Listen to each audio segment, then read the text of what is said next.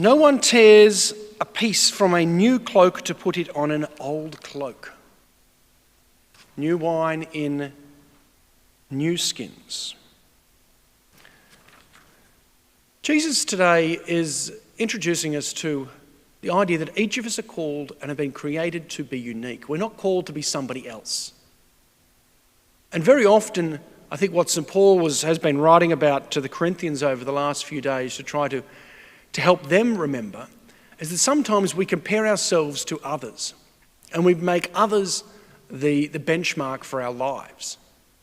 And sometimes we compromise who we are so that we can be accepted by others.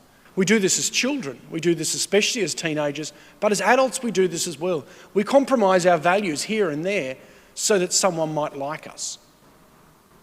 And what St. Paul is saying very clearly today in this first reading is that if you're not liked by others, but you're being authentic to who God has created you to be, and you're authentic in your conscience, reflecting that you are the image of God, then you should be content with that. It's very hard. I know for myself. I like to be liked, as all of us do. We like people to think, oh, he's or she's a nice person, and that we sort of feel content with each other.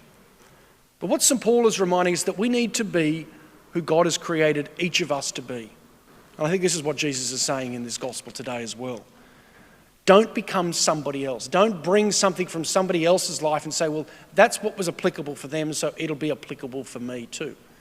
Or to say, well, those values work for that particular person, well, and they were successful, so I'll bring those values to myself. What we look to is Jesus Christ. And today on the first Friday, we dedicate the month to the heart of Jesus Christ. And when we look to Jesus Christ, that's the image and that's the person who we are to conform to. But Jesus doesn't want us to become the human being, Jesus Christ. He wants to make his life to dwell in each of us that have been created uniquely by God, in God's image and likeness. And we take and welcome the Sacred Heart to come and make his life in each of us, so that we will shine out as that image of God. Let's not tear things off from other people and say, well, I like this, I like that, and sort of pick and choose bits from others to try to bring it on to ourselves. If we do that, things will not go well. No one tears a piece from a new cloak to put it on an old cloak. If he does, not only will he have torn the new one, but the pieces taken from the new will not match the old.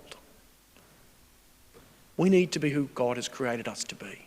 Let us be the image of God, uniquely. Me as the image of God, you as the image of God. Let's welcome Jesus to make his home in us today during this month. As we dedicate this first Friday to the Sacred Heart, let us dedicate not just this first Friday, but this whole month to being the image of God, the image of Jesus' love in our world today.